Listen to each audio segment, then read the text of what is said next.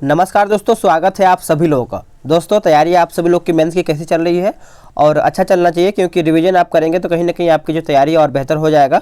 तो अभी मैंने केबीसी नैनो का प्रैक्टिस सेट स्टार्ट किया है। इस वाले बुक की अगर हम बात करें तो इसमें आपका 20 सेट दिया गया है और आज जो सेट है ये आपका सेट नंबर 5 है। इसके पहले का 4 सेट आपका यहाँ पे अपलोड कर दिया गया है, उसको देख लीजिएगा। सभी का प्लेलिस्ट जो है बना दिया गया है, ठीक है। तो अगर आप इसका पीडीएफ डाउनलोड करना चाहते हैं तो पीडीएफ का लिंक जो है आपको डिस्क्रिप्शन में मिल जाएगा। पूरा 20 सेट जो है एक ही पीडीएफ में मिल जाएगा और इसको आराम से डाउनलोड करके रिवीजन कर सकते हैं। डिटेल भी मिल जाएगा। देखिए, बहुत लोग डाउनलोड कर रहे हैं पीडीएफ को और रिवीजन भी कर रहे हैं, तो आप किसी से पीछे नहीं रहिए और अपना रिवीजन जो है जारी रखिए, क्योंकि एग्जाम जो है कभी भी हो सकता है। तो आपको बेहतर तरीके से आपको मेहनत करना पड़ेगा, ठीक है। तो चलिए, आज का पहला प्रश्न क्या है। ये आज का जो सेट नंबर ये आपका सेट नंबर 5 है। तो आज का पहला प्रश्न है, देख लेते हैं हम। पहला प्रश्न है कि ब्रोमीन होती है। ब्रोमीन जो है ये आपका होता है। तो आप सभी लोग याद रखिएगा, लाल द्रव्य होता है, जो डी है सही आंसर हो जाएगा। देखिए, ब्रोमीन गहरा लाल रंग के लिए तीक्ष्ण गंध का द्रव है। ब्रोमीन एकमात्र अधातु है जो द्रव अवस्था में रहता है। नेक्स्ट क्वेश्चन है, क्वेश्चन नंबर 2 हम देखेंगे। आगे देखेंगे अगला प्रश्न क्या है कि निम्नलिखित में से सबसे भारी धातु कौन सा है। इसमें भारी धातु पूछा गया है, तो इसका सही आंसर बताइएगा। तो देखिए, सही आंसर आपका हो जाएगा ऑप्शन सी, पारा। पारा आपका यहाँ पे जो है करेक्ट आंसर हो जाएगा। नेक्स्ट क्वेश्चन है, क्वेश्चन नंबर 3। बोला है कि सोडा वाटर की बोतल खोलने पर निकलने वाली गैस कौन सी है।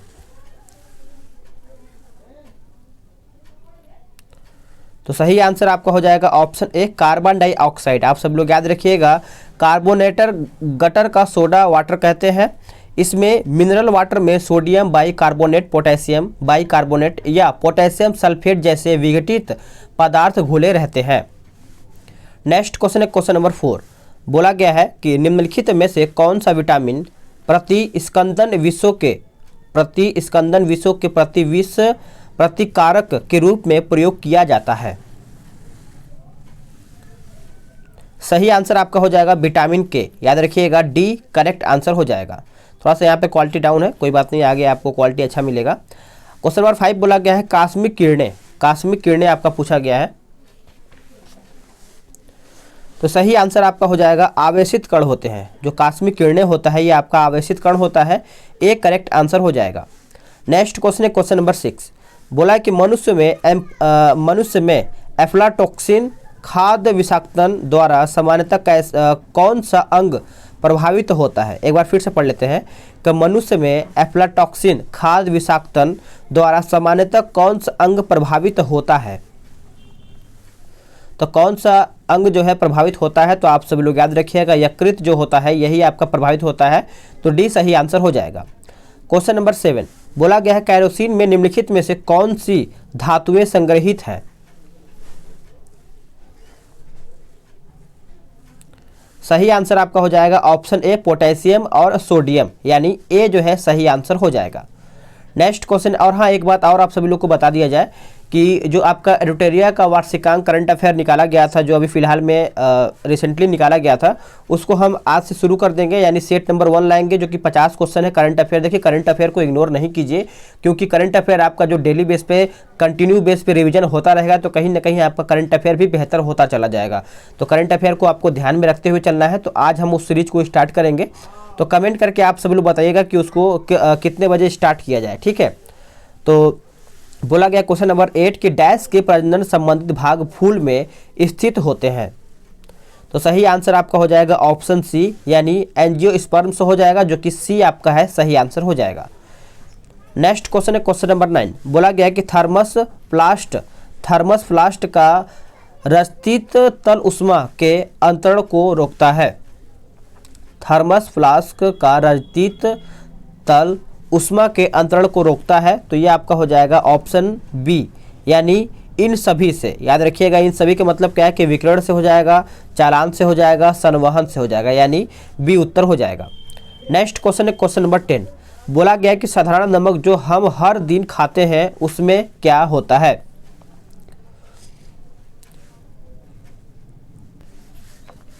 तो सही आंसर आपका हो जाएगा ऑप्शन ए, सोडियम और क्लोराइड। सोडियम और क्लोराइड।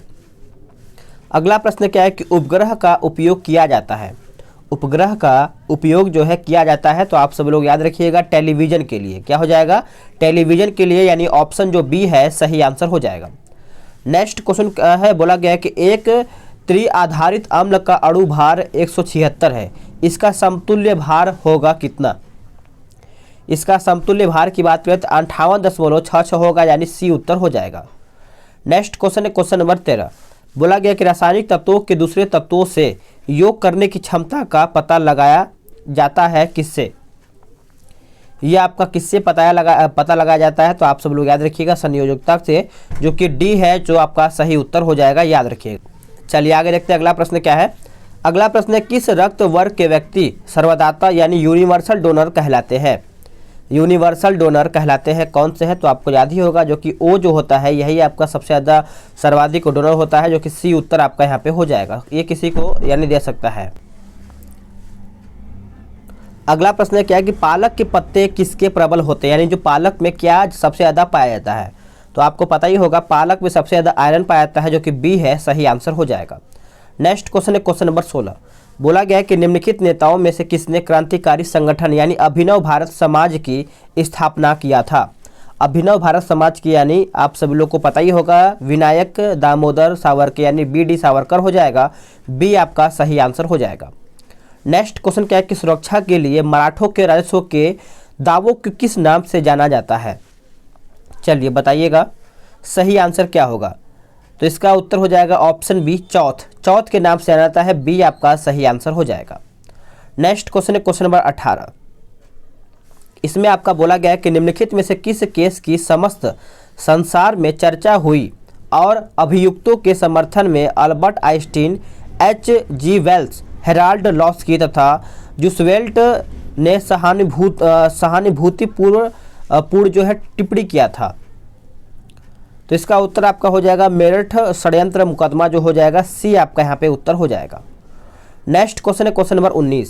बोला गया किस वर्ष बाबर ने सुल्तान इब्राहिम लोदी को पानीपत की लड़ाई में पराजित किया था? देखिए सभी क्वेश्चन जो है इंपॉर्टेंट है, तो आपको एक एक क्वेश्चन को अच्छे से देखना है और लास्ट तक देखना है। तो याद रखिएगा पानीपत का जो आपका पहला युद्ध हुआ था 1526 में, तो आपका उत्तर हो जाएगा ऑप्शन बी। इसमें आपका क्वेश्चन नंबर 20 में मिलान करके बताना है, यहाँ पे आपका सम्राट और विरुद्ध दिया गया है। तो अशोक की अगर हम बात करें तो ये आपका हो जाएगा प्रियदर्शन हो जाएगा। समुद्रगुप्त की बात करें तो ये आपका हो जाएगा पराक्रमांक, और चंद्रगुप्त द्वितीय की अगर हम बात करें तो ये आपका हो जाएगा विक्रमादित्य, और स्कंदगुप्त की बात करें तो ये आपका हो जाएगा क्रमादित्य। तो आप सब लोग इसको ऑप्शन जो है अरेंज अपने हिसाब से कर लीजिएगा, वैसे जो ऑप्शन है आपका सी होगा। नेक्स्ट क्वेश्चन है कि निम्नलिखित में से कौन the problems of the far east नामक पुस्तक के लेखक हैं? सही आंसर आपका हो जाएगा ऑप्शन बी, कर्जन। कर्जन जो है इनके लेखक है, तो बी आपका उत्तर हो जाएगा। नेक्स्ट क्वेश्चन है कि शेर बहाउद्दीन जकारिया किस संप्रदाय के थे? शेख बहाउद्दीन जकारिया किस संप्रदाय के थे? तो आप सब लोग याद रखिएगा, इसका सही उत्तर आपका हो जाएगा ऑप्शन ए, सुहरावर्दी संप्रदाय के थे, यानी 22 का उत्तर जो है ए आपका उत्तर हो जाएगा। अगला प्रश्न क्या है कि प्रसिद्ध चीनी यात्री फाहियान ने किसके शासनकाल में भारत की यात्रा किया था? तो अगर हम फाहियान की बात करें तो ये आपका हो जाएगा चंद्रगुप्त द्वितीय, जो कि बी जो है सही आंसर हो जाएगा, आप सब लोग याद रखिएगा। नेक्स्ट क्वेश्चन है, बोला गया कि वह प्रथम मुस्लिम शासक कौन था जिसने शासन के सिद्धांत को राजाओं के ईश्वरीय अधिकार सिद्धांत के समान प्रतिपादित किया था? तो ये किसके द्वारा किया गया था? तो आप सब लोग याद रखिएगा बलबन, यानी सी जो है राइट आंसर हो जाएगा। नेक्स्ट क्वेश्चन है, बोला गया है 25 की नाउ और नेवर पैम्पलेट किसने लिखा? नाउ और नेवर पंपलेट जो है किसके द्वारा लिखा गया था? तो इसका उत्तर आपका हो जाएगा रहमत अली, यानी सी राइट आंसर हो जाएगा। नेक्स्ट क्वेश्चन कि दीवान ए अर्ज विभाग संबंधित था किससे? दीवान ए अर्ज विभाग जो है किससे संबंधित था? तो देखिए 26 का सही आंसर आपका हो जाएगा ऑप्शन सी, रक्षा विभाग से, यानी सी राइट आंसर हो जाएगा। अगला प्रश्न है, कर्नाट वंश का संस्थापक कौन था? कर्नाट वंश का संस्थापक कौन था? तो आप सब लोग याद रखिएगा नान्यदेव हो जाएगा, यानी ए आपका सही आंसर हो जाएगा। नेक्स्ट क्वेश्चन है क्वेश्चन नंबर 28। बोला गया कि ब्रिटिश हाउस ऑफ कॉमन्स में चुने जाने वाले दादा भाई नौरोजी प्रथम भारतीय थे जिन्होंने इस दल की टिकट पर चुनाव लड़ा था? तो राइट आंसर आपका हो जाएगा उदारवादी दल यानी ए करेक्ट आंसर हो जाएगा। नेक्स्ट क्वेश्चन के प्राचीन भारत का नेपोलियन किसे कहा जाता है? प्राचीन भारत का नेपोलियन जो है किसे कहा जाता है? तो आप सब लोग याद रखिएगा, डी उत्तर हो जाएगा समुद्रगुप्त, समुद्रगुप्त। अगला कि नालंदा विश्वविद्यालय के संस्थापक कौन थे? नालंदा विश्वविद्यालय के संस्थापक कौन थे? तो आप सब लोग याद रखिएगा, बी उत्तर हो जाएगा कुमारगुप्त। क्या हो जाएगा? कुमारगुप्त यानी बी करेक्ट आंसर हो जाएगा। नेक्स्ट क्वेश्चन, किसने दुखी आत्मा दुखी हृदय जैसे छनामों के तहत लिख करके चंपारण के किसानों की दुर्दशा पर प्रकाश डाला था? तो यहाँ पे 31 का ऑप्शन यहाँ पर दिया गया है। तो ये डाला था कौन? तो पीर मोहम्मद मुनीस, पीर मोहम्मद मुनीस यानी ए राइट आंसर हो जाएगा। आगे देखेंगे अगला प्रश्न क्या है कि कल्हड़ की पुस्तक का नाम क्या था? कल्हड़ की पुस्तक का नाम क्या था? तो आपको याद ही हो जाएगा, जो कि राजतरंगिणी हो जाएगा, डी राइट आंसर हो जाएगा। नेक्स्ट क्वेश्चन है क्वेश्चन नंबर 33, स्थायी बंदोबस्त किसके साथ किया गया था? स्थायी बंदोबस्त जो है ये किसके साथ किया गया था? तो आप सब लोग याद रखिएगा, जमींदारों के साथ किया गया था, ए राइट आंसर हो जाएगा। नेक्स्ट क्वेश्चन, महारानी विक्टोरिया ने भारतीय प्रशासन को ब्रिटिश ताज के नियंत्रण में लेने की घोषणा कब की थी?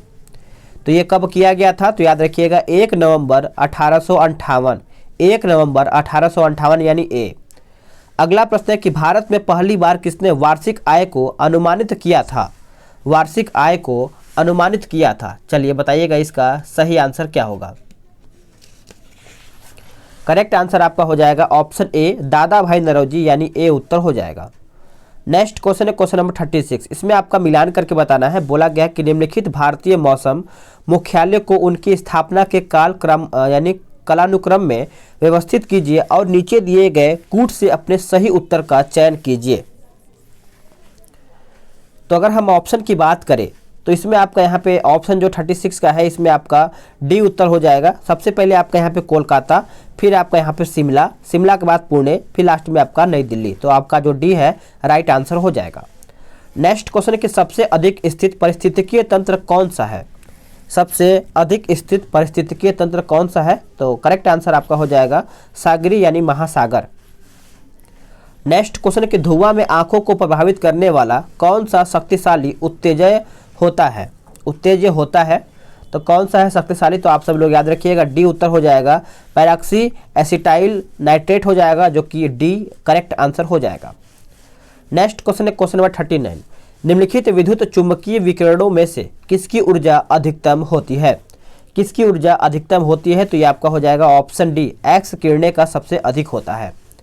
नेक्स्ट क्वेश्चन है कि निम्नलिखित शैल क्रमों में से कौन भारत का 90% से अधिक कोयला प्रदान करता है? कोयला प्रदान करता है तो ये आपका हो जाएगा गोंडवाना क्रम यानी डी करेक्ट आंसर हो जाएगा। नेक्स्ट क्वेश्चन कि विध्वंस क्षेत्र के किस शिलाश्रय से सर्वाधिक मानव कंकाल मिले हैं? ये इंपॉर्टेंट है, आप सब लोग याद रखिएगा, यहाँ से प्रश्न आपका जरूर पूछने को मिलता है। तो ये आपका हो जाएगा लेखिया। क्या हो जाएगा? लेखिया यानी डी राइट आंसर हो जाएगा।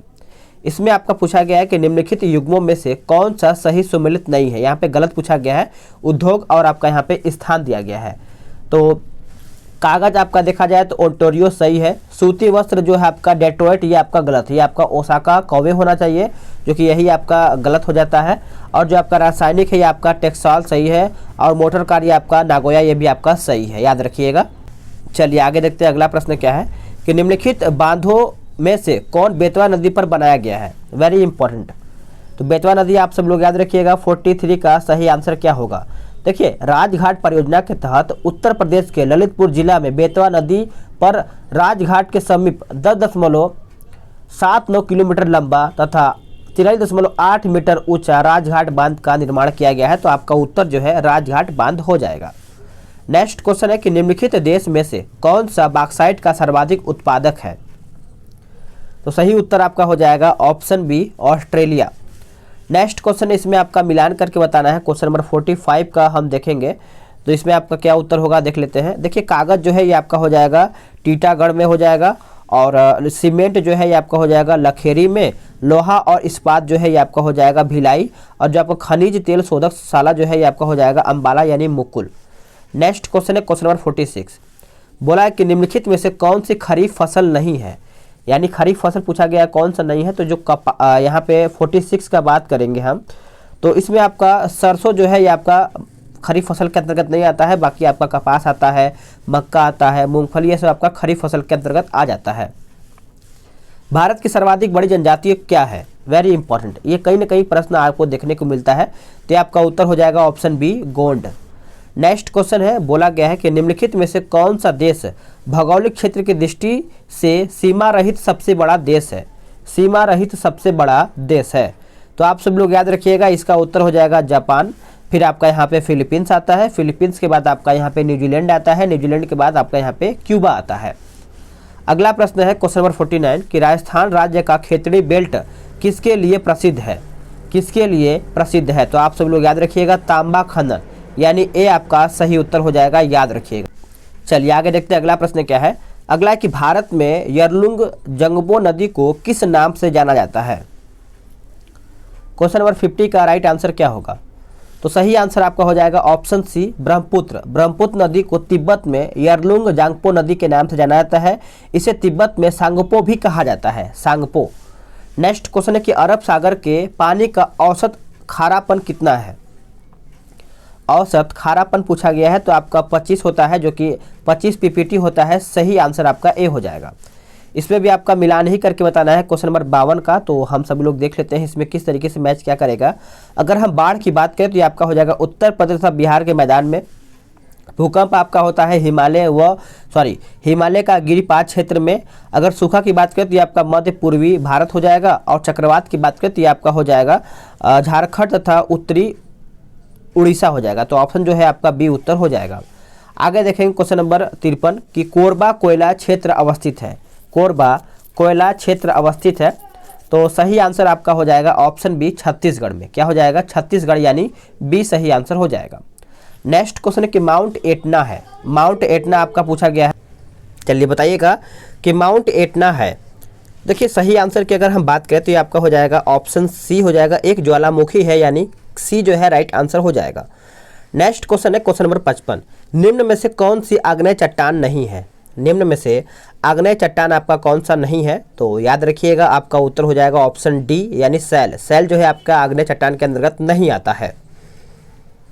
भारत की संविधान सभा की अंतिम बैठक की सही तिथि बताइए। यहाँ पे देखिए डेट भी आपको याद होना चाहिए कि जो इसका अंतिम बैठक हुआ था कब हुआ था। तो 56 की अगर हम बात करें तो ये आपका हो जाएगा ऑप्शन सी, यानी 24 जनवरी 1950, सी उत्तर हो जाएगा। नेक्स्ट क्वेश्चन कि निम्नलिखित में से कौन सरकारिया आयोग का सदस्य था। सरकारिया आयोग का सदस्य था, ये आपका प्रश्न पूछा गया है। तो इसका उत्तर हो जाएगा doctor SR. Sen, doctor SR. Sen, यानी सी उत्तर हो जाएगा। अगला कि राज्य वित्त आयोग एक है, राज्य वित्त आयोग है क्या। तो इस प्रकार से देखा जाए तो आपका संवैधानिक संस्था है, सी उत्तर आपका यहाँ पे हो जाएगा। नेक्स्ट क्वेश्चन है 59, व्यक्ति स्वतंत्रता के लिए उच्चतम न्यायालय निम्नलिखित में से किस रिट को जारी कर सकता है। तो सही आंसर आपका हो जाएगा बंदी प्रत्यक्षीकरण, यानी जो सी है सही आंसर हो जाएगा। आगे देखेंगे अगला प्रश्न है कि निम्नलिखित में से कौन भारत में संघ राज्य संबंध से संबंधित नहीं है। संघ राज्य संबंध से संबंधित नहीं है। तो सही उत्तर आपका हो जाएगा इंद्रजीत गुप्ता समिति। इंद्रजीत गुप्ता समिति आप सब लोग याद रखिएगा, इसका उत्तर जो है आपका सी उत्तर हो जाएगा। आगे देखेंगे अगला प्रश्न है क्वेश्चन नंबर 61, इसमें आपका बोला गया है कि निम्नलिखित में से कौन संविधान प्रारूप समिति के सदस्य थे। तो 61 का देखा जाए तो आपका यहाँ पे ऑप्शन सी दिया गया है 1 और 3, यानी एन गोपाला स्वामी हो जाएगा और अलादी कृष्णा स्वामी अय्यर, यानी जो आपका 1 और 3 है ये आपका सही हो जाएगा। अगला प्रश्न है क्वेश्चन नंबर 62, निम्नलिखित में से किसके द्वारा भारत के नियंत्रक एवं महालेखा परीक्षक के पद का सृजन किया गया था। चलिए ऑप्शन देख लीजिए फिर आंसर करिएगा। तो ये आपका किया गया था संविधान के द्वारा, यानी सी बी हो जाएगा उत्तर, संविधान द्वारा, बी राइट आंसर हो जाएगा। नेक्स्ट क्वेश्चन है 63 नंबर, इसमें अब आपका बोला गया कि प्रोटेम स्पीकर का कर्तव्य होता है। प्रोटेम स्पीकर का कर्तव्य क्या होता है। तो याद रखिएगा सदस्य को शपथ दिलाना, सदस्य को शपथ दिलाना, जो कि बी राइट आंसर हो जाएगा। नेक्स्ट क्वेश्चन आया कि बोला गया कि मंडल आयोग जिसके प्रस्तावों ने अक्षुण्य विवाद का सूत्रपात किया को गठित करने वाले कौन थे। तो आप सभी लोग याद रखिएगा, इसका उत्तर हो जाएगा मोरारजी देसाई, जो कि बी जो है सही आंसर हो जाएगा। नेक्स्ट क्वेश्चन है 65, भारत में राष्ट्रीय आय का प्राकलन किया जाता है किसके द्वारा। भारत में राष्ट्रीय आय का प्राकलन जो है किसके द्वारा किया जाता है, तो केंद्रीय सांख्यिकी संगठन के द्वारा आपका प्राकलन किया जाता है, बी सही आंसर हो जाएगा। चलिए आगे देखते हैं। अगला प्रश्न है क्वेश्चन नंबर 66। इसमें आपका भी कुछ नंबर वाइज दिया गया है कि छठ योग के संदर्भ में निम्नलिखित में से कौन सा कथन जो है आपका सही है। नीचे दिए गए कूट से सही उत्तर चुन करके बताना है आपको। तो देखा जाए तो आपका छठ योग नाटपंथियों द्वारा अपनाया गया जाता है, जो कि सही है। छठ योग क्रिया को सूफी संतों ने भी अपनाया था, तो आपका उत्तर जो है सी उत्तर हो जाएगा। 1 और 2 दोनों सही है। अगला प्रश्न है कि निम्न में से किस वर्ष सरकारीय आयोग जिसे केंद्र राज्य संबंधों में परिवर्तन की संस्तुति का अधिकार दिया गया था, अपना प्रतिवेदन जमा किया था कब। तो आप सब लोग याद रखिएगा ये कब किया गया था, तो ये आपका किया गया था 1987 में। अगला है केंद्र सरकार में उच्चतम नागरिक सेवा अधिकारी कौन है। उच्चतम नागरिक सेवा अधिकारी कौन है, तो आप सब लोग याद रखिएगा ये आपका हो जाएगा मंत्रिमंडल सचिव, यानी जो बी है सही उत्तर आपका यहाँ पे हो जाएगा। चलिए आगे देखते हैं। अगला प्रश्न क्या है कि उच्चतम न्यायालय की व्यवस्था अनुसार निजी भवनों के ऊपर राष्ट्रीय झंडे को फहराना डैश के तहत हर नागरिक का मौलिक अधिकार हुआ है। यानी आप कहीं भी आप झंडा फहरा सकते हैं अच्छा जगह। तो इस तरीके से आपका कौन सा यानी किसके तहत ये आपका अधिकार मिला है, तो संविधान का अनुच्छेद 19A यानी 19(1)A के तहत ये आपका अधिकार मिला है, तो बी उत्तर आपका यहाँ पे हो जाएगा। नेक्स्ट क्वेश्चन है क्वेश्चन नंबर हम देखेंगे 70, राज्यसभा में होते हैं। राज्यसभा में ये आपका पूछा गया है कि होते हैं, तो बताइएगा इसका सही आंसर आपका क्या होगा। तो सही आंसर की अगर हम बात करें तो 70 का उत्तर आपका हो जाएगा ऑप्शन सी। 250 सदस्य जिनमें से 12 सदस्य भारत के राष्ट्रपति द्वारा मनोनीत किए जाते हैं, जो कि सी उत्तर आपका यहाँ पे हो जाएगा। अगला है कि निम्न शब्दों पर विचार करके बताइएगा। सही शब्दों को विचारानुसार क्रम दीजिएगा, मतलब ऑप्शन जो है मतलब क्रम के हिसाब से बताना है। तो 71 की अगर हम बात करें तो आपका CADB, यानी इसमें आपका बोला गया है CAD मतलब देखा जाए सार्वभौमिक हो जाएगा, फिर समाजवादी हो जाएगा, धर्मनिरपेक्ष हो जाएगा, फिर आपका यहाँ पे जो C है प्रजातांत्रिक हो जाएगा। ठीक है, चलिए आगे देखते हैं। अगला कि राज्यसभा में राष्ट्रपति द्वारा कितने सदस्य मनोनीत किए जाते हैं। तो मैंने अभी आपको पिछले क्वेश्चन में बताया था कि 72 का या आपका 12 सदस्य जो होते हैं राज्यसभा द्वारा ये मनोनीत किए जाते हैं। अगला प्रश्न है कि भारत में इनमें से कौन सा विषय पंचायती राज संस्थाओं की शक्तियों के अंतर्गत नहीं आता है। तो ये आपका नहीं आता है, तो न्यायिक पुनर्विवेक्षण, जो कि बी उत्तर हो जाएगा। नेक्स्ट क्वेश्चन है कि लोकसभा का कार्यकाल पूरा होने से पहले भंग किया जा सकता है। तो ये आपका उत्तर हो जाएगा प्रधानमंत्री की सिफारिश राष्ट्रपति द्वारा। ये राष्ट्रपति के द्वारा ही भंग किया जाता है, तो सिफारिश होता है प्रधानमंत्री यानी PM का। सर्वोच्च न्यायालय ने निजता के अधिकार को संविधान के किस मूलभूत अधिकार के अधीन रखा है। तो राइट आंसर आपका हो जाएगा अनुच्छेद 21 यानी डी उत्तर आपका यहाँ पे हो जाएगा। नेक्स्ट क्वेश्चन है कि नालंदा परियोजना किस मंत्रालय की परियोजना है। नालंदा परियोजना किस मंत्रालय की परियोजना है। तो आप सब लोग याद रखिएगा अल्पसंख्यक मामला यानी सी उत्तर आपका यहाँ पे हो जाएगा। नेक्स्ट क्वेश्चन क्या है कि असंगठित श्रमिक सामाजिक सुरक्षा अधिनियम पारित हुआ था।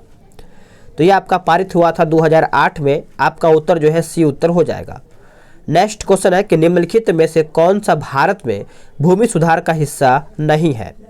भूमि सुधार का हिस्सा नहीं है, तो आप सब लोग याद रखिएगा बहुफसलीय योजना हो जाएगा, यह आपका हिस्सा इसमें नहीं है। बाकी आपका जमींदारी प्रथा का उन्मूलन सही है, भूमि जोतों की अधिकतम सीमा का निर्धारण ये भी आपका सही है, काश्तकारी सुधार ये आपका सही है।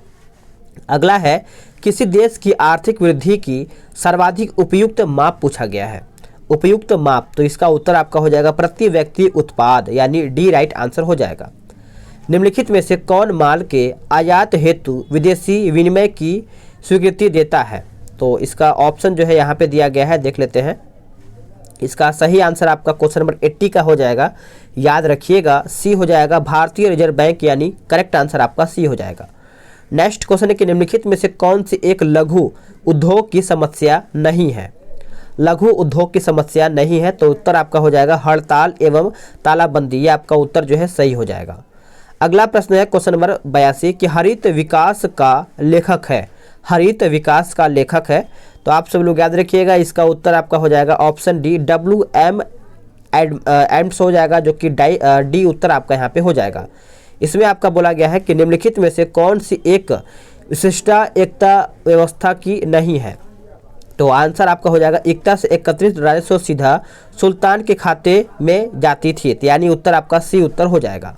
ये आपका मैथ रीजनिंग का है, तो इसको आप PDF के थ्रू जरूर लगाइएगा। देखिए PDF आप 20 सेट एक ही PDF में डाउनलोड कर पाएंगे, डिटेल भी मिल जाएगा आपको पढ़ने के लिए। उसके बाद आपको मैथ रीजनिंग भी देखने को मिल जाएगा, तो कहीं ना कहीं आप इसको आराम से डाउनलोड करके रिविजन कर सकते हैं। मिलते हैं एक नई वीडियो में, आज के लिए इतना ही। और करंट अफेयर का सामने वीडियो आएगा, तो आप सब लोग तैयार रहिएगा।